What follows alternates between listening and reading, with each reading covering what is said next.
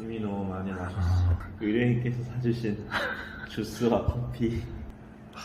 더 열심히 하겠습니다. 너무 힘들어. 정말 수고 많으셨어요. 일은 너가 다 힘들어. 내가 너무 피곤해. 집에 가고 싶어. 아, 너 내가 말한 그 드라마 봤어? 그렇지 않아도 저 지금 되게 해방되고 싶어요. 그거 다 보고 나면 해방될 수 있어. 아니 그게 그렇게 좋았어요, 형은? 나의 해방일지가? 아, 저는 솔직히 말해서 그 드라마가 수작이라는 생각까지는 안 들었는데, 근데 이 드라마가 주는 메시지나 그리고 그거를 아까 내가 곱씹으면서 이제 뭔가 생각할 거리들이 생기는데, 그런 면에서 되게 좀 좋은. 어떤 메시지? 경기도민의 아픔 막 이런 거? 뭐 어떤 메시지? 아, 너는 잘 모르나 보네. 어떤 메시지? 그 해방이다. 아, 지금 되게 비판적으로 생각하시는데 어디까지 보셨어요, 지금? 아니 저는 다 봤는데 네. 저도 엄청 큰 기대를 갖고 봤거든요. 사실 나의 아저씨는 정말 몇 번을 돌려보면서 눈물을 훔쳤던 드라마라서 아, 그럼 눈물 났을 텐데 이것도. 눈물이 안 나. 고개를 계속 절레절레 흔들었어. 아니 저는 항상 모든 영화나 소설이 하이퍼 리얼리즘일 필요는 없지만 일상적인 대화에서 내가 되게 생각하지 못했던 메시지를 줄 때 그런 느낌을 되게 좋아하거든요. 아, 네. 근데 그 드라마의 대사의 거의 한 8, 90%는 일상생활에서 하지 않는 말들을 하더라고요. 아, 예를 들어서 추앙하세요. 그러니까 날 추앙해요. 가득 채워지게. 주황한다. 저도 한 가지 확실히 하고 싶은 거는 나를 추앙해라 첫 등장했던 장면에서 바로 껐어. 그러니까 나도 아, 나 그때 이거 견딜 수가 없다. 여기는.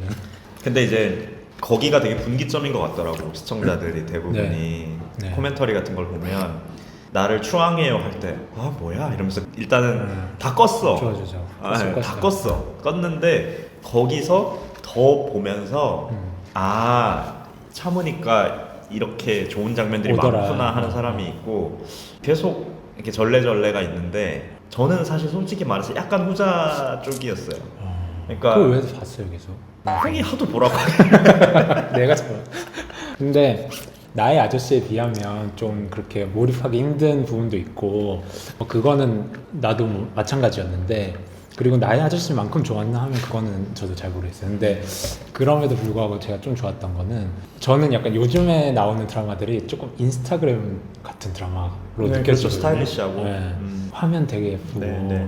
그리고 막 그렇게 깊게 감정적으로 얘기 안 하고. 네. 근데 이 드라마 되게 싸이월드 같았어, 저한테. 근데 저는 좋았어요. 왜냐면 저 싸이월드 세대라서 그런지 모르겠는데, 그러니까 추앙하세요, 나를 추앙해, 이거가 인스타그램에 쓸 수는 없는데 싸이월드에 쓸 수 있는 그렇긴 하네. 얘기고, 그 외계 글자 있잖아. 나는 가끔 눈물을 흘린다. 약간 그런 그런 감성. 류의 감성이고. 그렇긴 하네. 근데 사실 그거를 요즘에 얘기하는 것 자체를 되게 금기시하고, 사실 싸이월드에 썼던 메시지들을 지금 다 부끄러워하잖아요. 공개하기를.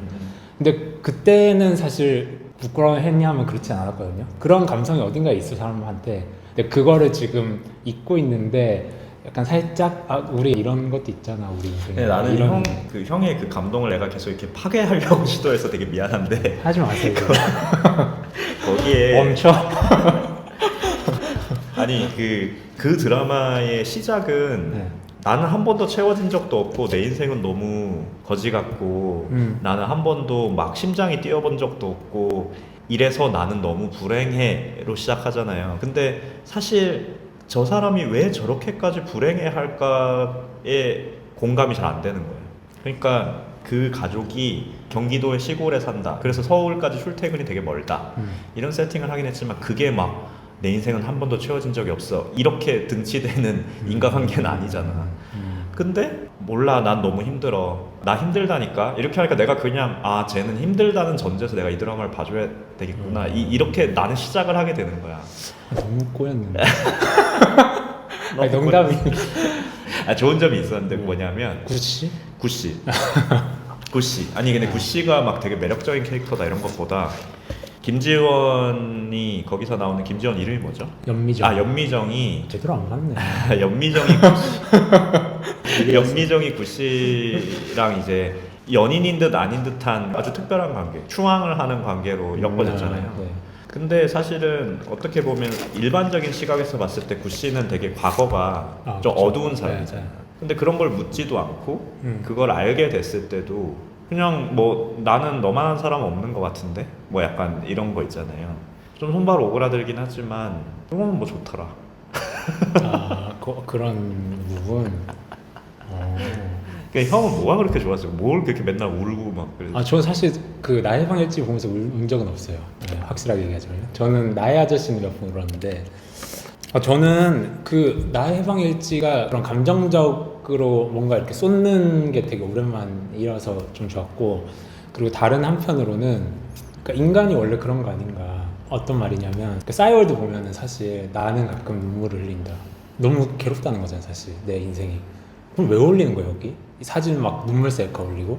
사실은 사람들이 너무 좋은 거죠. 나는 사람들이 싫다 하지만 나는 사람들이랑 옆에 있고 싶은 거고. 그러니까 나는 되게 연미정인데 인생 살기 싫다 하는데 왜 그러면 2시간씩 서울에 가서 막 아득바득 사는 건지, 그리고 가족들 난 너무 싫다라고 하지만 왜 굳이 여기서 남아서 지금 엄마 아빠 밑에서 이렇게 살고 있는 건지. 나는 희열을 느낀 적 없어. 막 사람들이 너무 싫어. 사람들한테 해방되고 싶어. 회사 사람들 다 싫어 라고 하는데 걔네가 회사 안에서 또 무슨 해방 클럽을 만들어서 그 사람들이랑 막 뭔가 공동체를 만들고.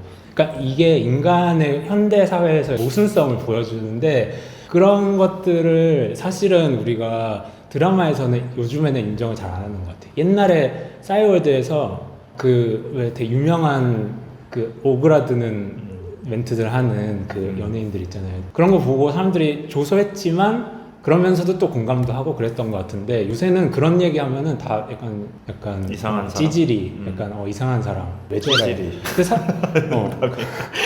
찌질이 맞고요. 근데 그거를 사실은 인간의 본질이 변했냐 하면은 그대로인데 더 이제 아닌 척하면서 더 외로워지는 길로 가고 있는 것 같아요. 인스타그램은 사실 좀 그런 플랫폼인 것 같거든요, 저는. 그러니까 나는 그 형이 말하는 그런 감정선이나 어떤 표현이나 이런 거를 다 인정하고 그리고 다 좋은데 표정이 모든 아닌데요? 캐릭터가 그런 말을 쓰고 있는 거야. 그러니까 약간 거의 제가 느끼기에는 이거는 리얼리즘이 담긴 드라마가 아니라 약간 SF 같은 느낌이 있어. 그 나의 아저씨랑 비교를 해보면 나의 아저씨에서도 가끔 이선균이 뭐 외력이 어떻고 내력이 어떻고 이런 말을 하잖아요. 그런 말들을 되게 손발 오그라든다고 생각할 수 있지만 사실 그거는 그 되게 전문적인 직업을 가진 사람이 내 직업에서 갖는 지식으로 어떤 인생사를 비유하는 표현이지, 그게 되게 뭔가 전혀 공감 안 되는 말이고 남들이 전혀 안 쓰는 말이고 이렇지는 않다고 나는 생각했거든요. 그런데 그 드라마에서 유일하게 약간 선문답 비슷하게 도인같이 말하는 사람은 딱 한 명 있어, 그 드라마에서. 그 스님. 나의 아저씨에서는 모든 캐릭터들이 되게 비교적 되게 현실적인 언어들을 썼는데 이 스님은 되게 약간 깨우침을 주는 언어들을 툭툭 던졌잖아요. 네. 뭐 천근만근, 뭐 약간 이 발걸음은 뭐 천근만근, 뭐 그런 식의 표현들. 어떻게 보면 형이 말씀하신 그런 좀 싸이월드스러운 좀 손발 오그라들지만 뭔가 되게 내 마음을 탁 건드려주는 그런 말들을 쓰는 사람이 네. 스님만 있었거든. 근데 스님이 여기 제일 쓰레기죠.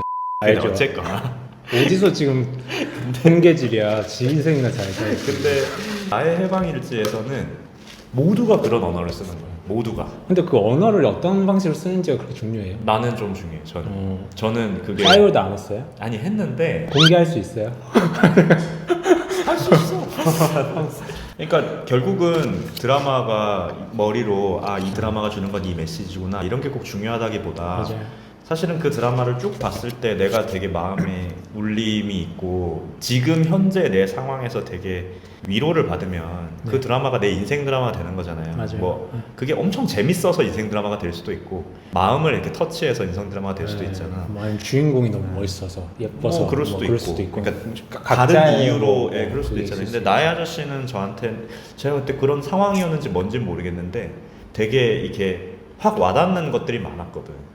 이게 원인이 뭐 언어가 현실적이었냐 뭐냐 뭐 이런 이유를 다 떠나서 되게 이선균하고 한테 내가 좀 감정이입을 하게 되기도 하고 뭐 막 이런 게 있었단 말이에요. 네. 근데 여기서는 내가 뭐 사실은 좋은 메시지를 담은 드라마인 것 같다 싶지만 내가 별로 감동을 못 받는 거야.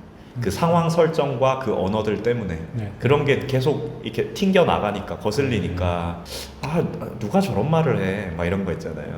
맞아요. 네, 근데 네. 저는 사실 그거는 맞는 말인 것 같아요. 그러니까 나의 아저씨도 사실 따지고 보면은 정말 말도 안 되는 상황이잖아요.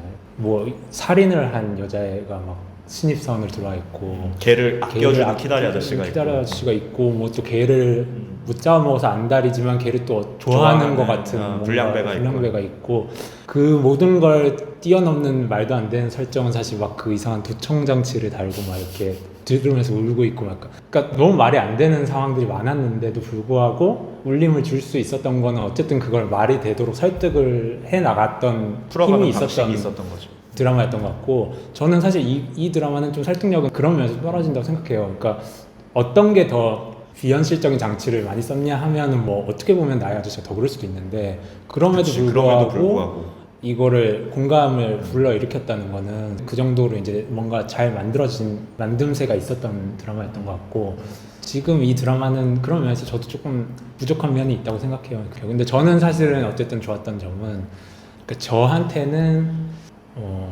싸이월드를 그냥 하고 싶으신 거 아니에요? 가끔씩 그게 그리울 때가 있어요. 나도 이런 거, 그러니까 이런 오글거리는 얘기들도 하고 싶은데 꼭 뭐 그게 SNS가 아니더라도 그러니까 친구들이나 뭐 가족들이나 뭐 어디서든 좀 그런 얘기를 하는 게 이제는 조금 되게 찌질한 걸로 치부되는 게 좀 저는 안타까운 면이 있고 예, 그런 의미에서 그냥 이런 형은 오히려 그 드라마가 그런 대화들과 그런 감성들의 백화점 같은 거네요. 그 염창이가 한마디 툭 뱉으면 와 좋다. 영미정이 툭 뱉으면 와 좋다. 막 이런 생각을 하시면서 봤어요. 뭐 어떤 대사가 딱 좋다기보다는 해방일지에 들어가는 표현들 자체가 다 되게 생경하고 요즘에는 잘 쓰지 않는 표현들인데 그걸 어떤 공간에는 우리가 담았었는데 요즘에는 그걸 좀 안 하려고 하는 것 같아요. 그래서 왜 해방클럽을 사람들이 되게 이상하다고 처음에 막 얘기를 하고 클럽 관리하는 그 관리자도 처음에는 뭐 이게 뭐 하는 클럽이에요? 막 이렇게 하다가 본인도 이제 빠져들어서 막 이렇게 하는 게 요즘에 좀 되게 그런 거 안 하는 감수성에 살고 있는데 사실은 어떤 한 부분만 딱 건드리면 사실 또 되살아나는 우리 일부분인 것 같기도 해가지고 그냥 저는 그 정도였어요. 그 드라마는 구씨가 살렸어요. 뭐 그렇죠. 그 형이 생각하시는 제일 인상적인 그런 부분이 있으세요? 저는 제일 기억 남는 건 그거예요.